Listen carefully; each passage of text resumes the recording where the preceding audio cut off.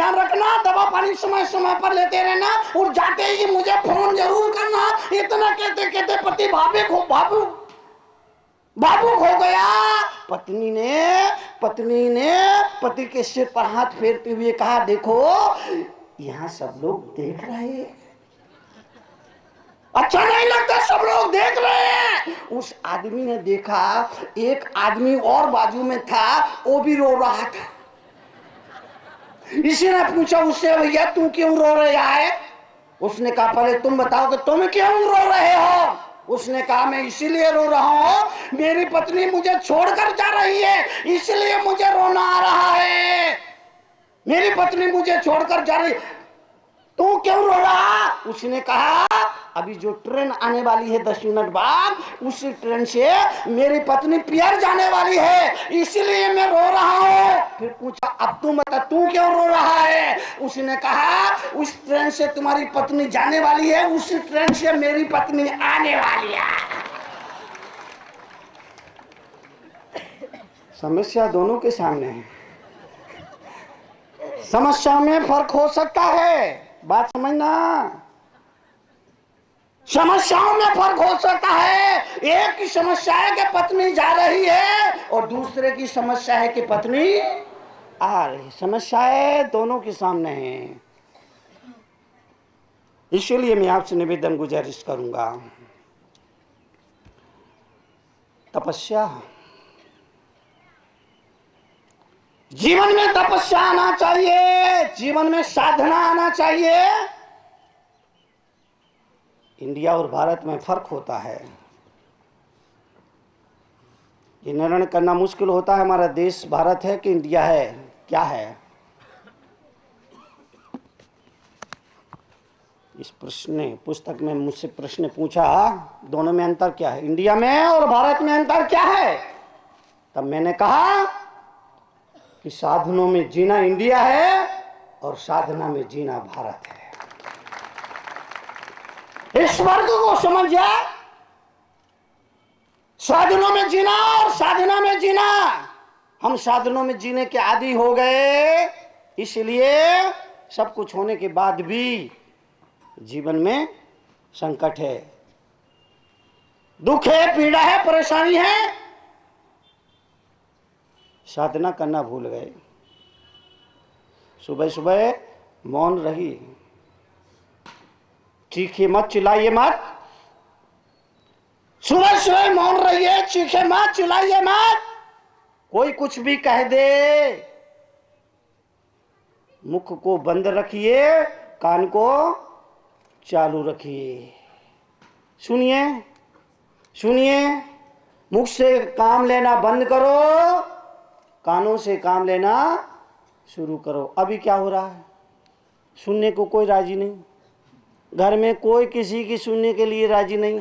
हर आदमी कहता है मैं किसी की नहीं सुनूंगा। अरे क्यों नहीं सुनोगे? तुम कोई लखनऊ के नवाब के वंशज हो क्या? सुनना पड़ेगा। राजतंत्र खत्म हो गया, अब ये लोकतंत्र है। खेत की मेड़ पर चलने वाला किसान भी प्रधानमंत्री को गाली देने का अधिकार रखता है। सुनने की आदत डालो, सुनना पड़ेगा। कहने वाले कहेंगे, बेवजह कहेंगे, अकारण कहेंगे। आप सीधे सरल रास्ते पर चलोगे, आप भलाई के रास्ते पर चलोगे, तब भी दुनिया कहेगी, ये दुनिया कहने से बाज नहीं। इसलिए सुनने की आदत डालो। कोई सुनने के लिए राजी नहीं, कोई सुनने के लिए राजी नहीं। सुनाने के लिए सब तैयार, सुनाने के लिए सब तैयार, सुनने के लिए कोई राजी नहीं। तो क्या होगा? आज के समय में सर्वाधिक जिस चीज की कमी हुई है वो सहनशीलता। आज के जमाने में मुझे लगता है कि आज के जमाने में सबसे ज्यादा कमी जिस चीज की हुई है वो सहनशीलता। अब आदमी में सहन करने की ताकत नहीं है। माँ बेटी को कुछ कह देती है, बेटी गुस्से से जय हनुमान ज्ञान गुण सागर, मतलब समझ गए? गाल फुला के बैठ जाए। माँ कुछ कह देती है बेटे से, बच्चा नाराज हो जाता है, गाल फुला के बैठ जाता है। सास कुछ कह देती है बहू से बर्दाश्त नहीं कर पाती है। बाप ने बेटे से कुछ कह दिया, बेटा उसको सहन नहीं कर पा। आज के जमाने में सर्वाधिक जिस चीज में कमी आई, गिरावट आई, वो सहिष्णुता, सहनशीलता अब नहीं रही लोगों में। जरा सा कुछ कह दो तो नाराज हो जाते हैं। बेटा घर छोड़ के चला जाता है, बहू फांसी लगा लेती है, फला फला हो जाता है, ढिका ढिका हो जाता है। सहन की आदत डालो, सहन करने की आदत डालो। पत्थर की जो चोट सहेगा, पत्थर की चोट से जो फूट गया वो कंकर हो गया, और पत्थर की चोट को जो सह गया वो शंकर हो गया, तीर्थंकर हो गया। सहन करने की आदत डालो, सहने की आदत डालो, अपने आप में पैदा करो। भगवान से प्रार्थना करो तो कहो मेरे मालिक मेरे कानों को ऐसी ताकत दो, मैं अपनी आलोचना सुन सकूं, मैं अपनी बुराई सुन सकूं। अपने में सहिष्णुता पैदा करना चाहिए। कहने वाले कहेंगे, बेवजह कहेंगे, अकारण कहेंगे, जिंदगी में दुख आएगा, तकलीफ आएगी, परेशानी आएगी। सहन करने की क्षमता अपने में विकसित करना चाहिए। जीवन में दुख आएगा, सुख आता है तो दुख भी आएगा, दोनों आएंगे, दोनों आएंगे।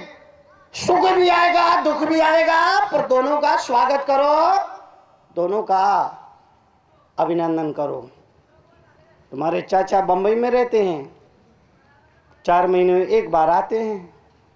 चाचा जी आए, एक मिठाई बना लो काम चल जाएगा, एक नमकीन बना लो काम चल जाएगा, 2 सब्जी बना लो काम चल जाएगा। चाचा जी अपने हैं ना, चाचा जी अपने हैं ना, एक मिठाई से काम चलेगा, एक नमकीन बनाओ काम चलेगा, 2 सब्जी बना लो काम चल जाएगा। चाचा जी 2 दिन रहे,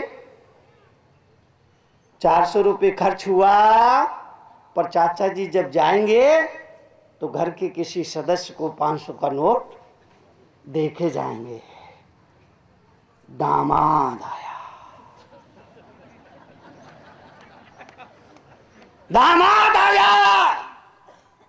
अब एक मिठाई से काम नहीं चलेगा, 4 मिठाई बनाओ, एक नमकीन से काम नहीं। गोदरा में चल जाता हो तो मुझे मालूम नहीं। दामाद आया, 4 मिठाई बनाना पड़ेंगे, 4 नमकीन बनाना पड़ेंगे, 4 सब्जियां बनाना पड़ेगी। दामाद 2 दिन रुका, 500 रुपये का खर्च हुआ, पर जब जाएगा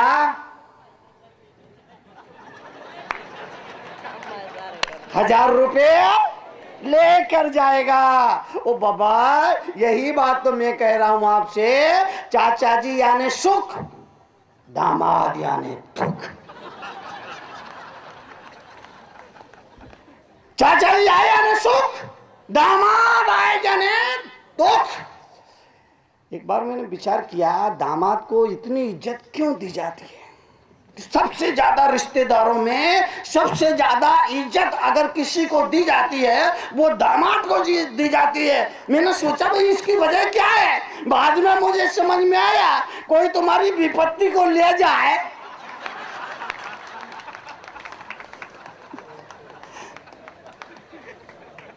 तो उसको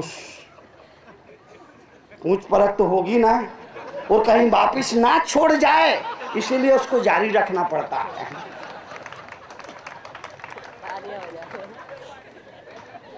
ये तालियां दामाद बजा रहे होंगे।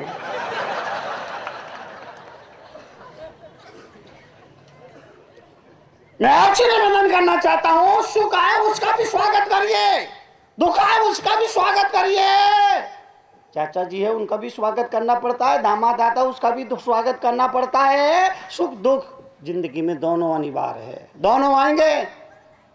दुख बड़ा ढीठ मेहमान है, दुख बड़ा ढीठ मेहमान है। अगर वो तुम्हारे घर की तरफ चल दिया है, उसे देख कर सामने के दरवाजे बंद कर लो, पीछे के दरवाजे से आ जाता है। पीछे के दरवाजे भी बंद कर लो, खिड़की में से आ धमकता है। खिड़कियां भी बंद कर लो तो पानी निकलने की वो मोरी होती ना, उसमें से घुस जाता है। ढीठ मेहमान है ना, दुख ढीठ मेहमान है ना, अगर उसको भी बंद कर लो तो छप्पड़ फाड़ के या फर्श उखाड़ के आ जाता है। अगर जिंदगी में एक बार दुख तुम्हारी तरफ चल दिया है, आएगा, हर हाल में आएगा। इसलिए तरुण सागर आपसे ये अनुरोध निवेदन करेंगे, उसका भी स्वागत करो। दुख ढीठ मेहमान है, उसका भी स्वागत करो। ढीठ मेहमान, ढीठ मेहमान, ढीठ मेहमान कैसा होता है बताऊं? बताऊं? बोलो ना। हाँ बताता हूं। ढीठ मेहमान, पति पत्नी में झगड़ा हो गया। झगड़ा इस बात पे था, पति ने कहा तू कितने मेहमानों को बुलाती है, रोज रोज मेहमान, रोज रोज मेहमान, रोज रोज मेहमान। अरे इन मेहमानों की वजह से मेरा पूरा बजट बिगड़ जाता है, कितने मेहमानों को बुलाती है। पत्नी ने कहा मैं किसी को नहीं बुलाती, मैं किसी को नहीं बुलाती, पर कोई घर आया है तो चाय पानी के लिए तो उसको पूछना ही पड़ता है, और फिर आने वाले तुम्हारे रिश्तेदार होते। जरा देख लो आने वाले किसके रिश्तेदार है, सारे के सारे रिश्तेदार तुम्हारे। पति पत्नी में झगड़ा हो रहा था, इतने में एक श्रीमान जी सामने से ब्रीफ केस लिए चले आ रहे थे। पत्नी ने कहा वो देखो।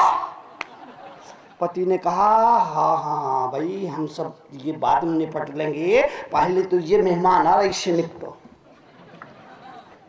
पति ने कहा देख मैं तुझे मारूंगा, झूठ मूठ मारूंगा, तू झूठ मूठ रोना, हम दोनों को लड़ते झगड़ते देख करके मेहमान चला जाएगा। पत्नी ने कहा नो प्रॉब्लम। पति ने पत्नी को झूठ मूठ मारना शुरू कर दिया, पत्नी ने झूठ मूठ रोना शुरू कर दिया। पति ने कहा तू कितने मेहमानों को बुलाती है, कितने मेहमानों को बुलाती है। पत्नी ने कहा मैं किसी को नहीं बुलाती, किसी को नहीं बुलाती।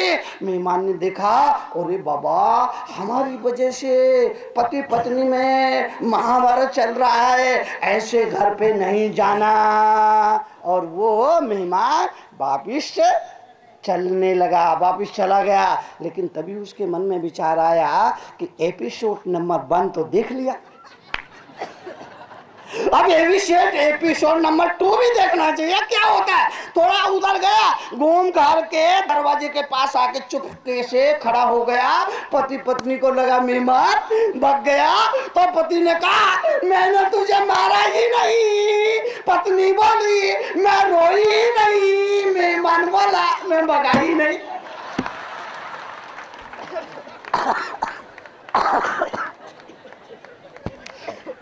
ढीठ मेहमान, बात को समझना, दुख भी ढीठ मेहमान है, बात को समझना।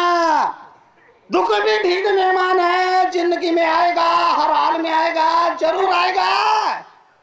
इसलिए कभी दुख आ जाए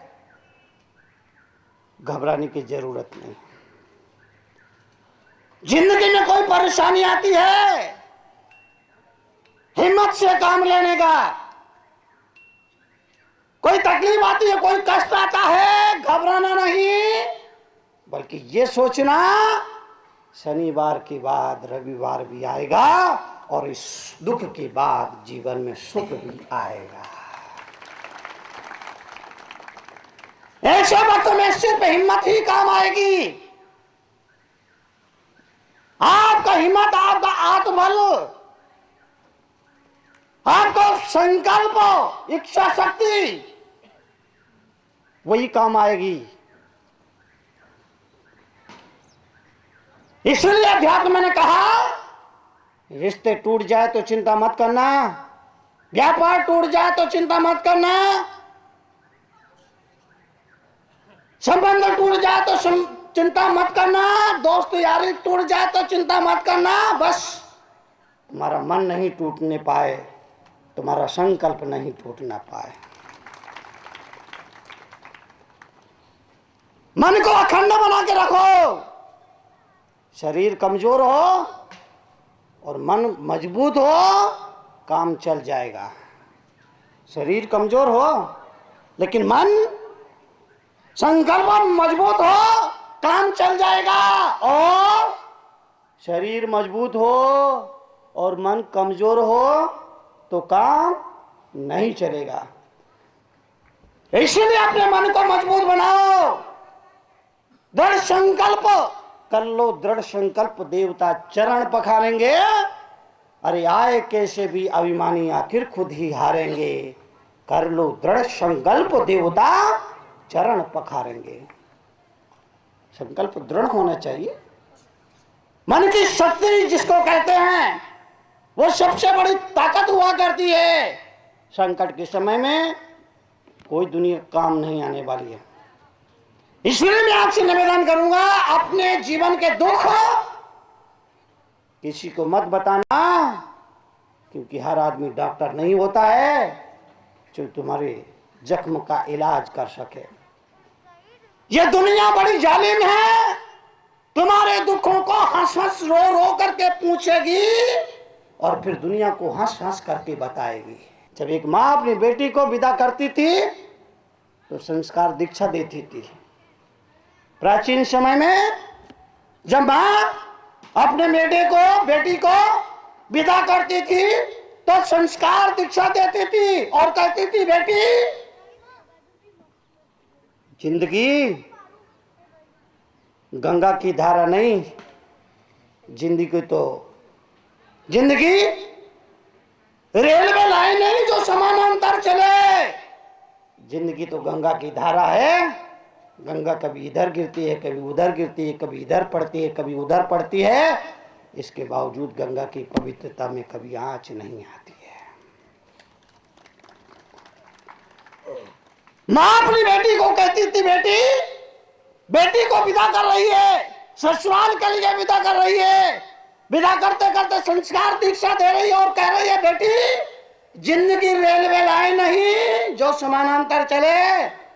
ये गंगा की धारा है, कभी इधर गिरेगी, कभी उधर गिरेगी, कभी इधर पड़ेगी, कभी उधर पड़ेगी, कभी इधर से मुड़ना होगा, कभी उधर से मुड़ना होगा।